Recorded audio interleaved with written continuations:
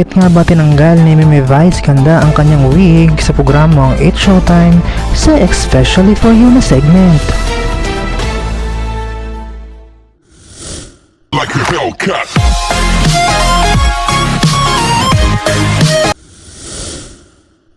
Sa isang touching na pangyayari sa It's Showtime, ipinamalas ni Meme Vice Ganda ang kanyang lakas ng loob sa pagtanggal ng kanyang wig upang magbigay ng moral support kay April sa special segment na Especially For You.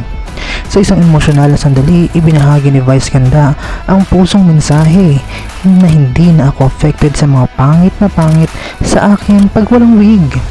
May wig o wala, may nagmamahal dito, no? Bukod kay Ayon, mahal ako ng nanay ko. Mahal ako ng mga kapatid ko, mahal ako ng pamilya ko, mahal ako ni Lord. Ang kanyang pagkatanggal ng wig ay hindi lamang isang pagpapakita ng suporta kay April, kundi pati na rin ang pagtatanggi sa tunay na halaga ng pagmamahal mula sa mga mahal sa buhay. Ang mga sandaling ito sa It's Showtime ay nagpapakita ng kahalagahan ng pagtanggap sa sarili at pagmamahal sa kabila ng mga personal na kahinaan o imperfections.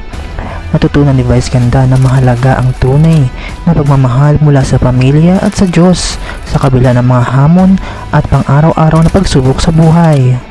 Ito'y isang inspirasyon sa marami na mahalin at tanggapin ang kanilang sarili, hindi batay sa pisikal na anyo kundi sa mga bagay na tunay na mahalaga sa buhay natin.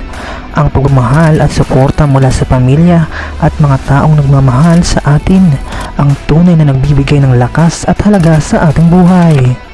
For more videos, just don't forget to like, share, and comment, and don't forget to subscribe!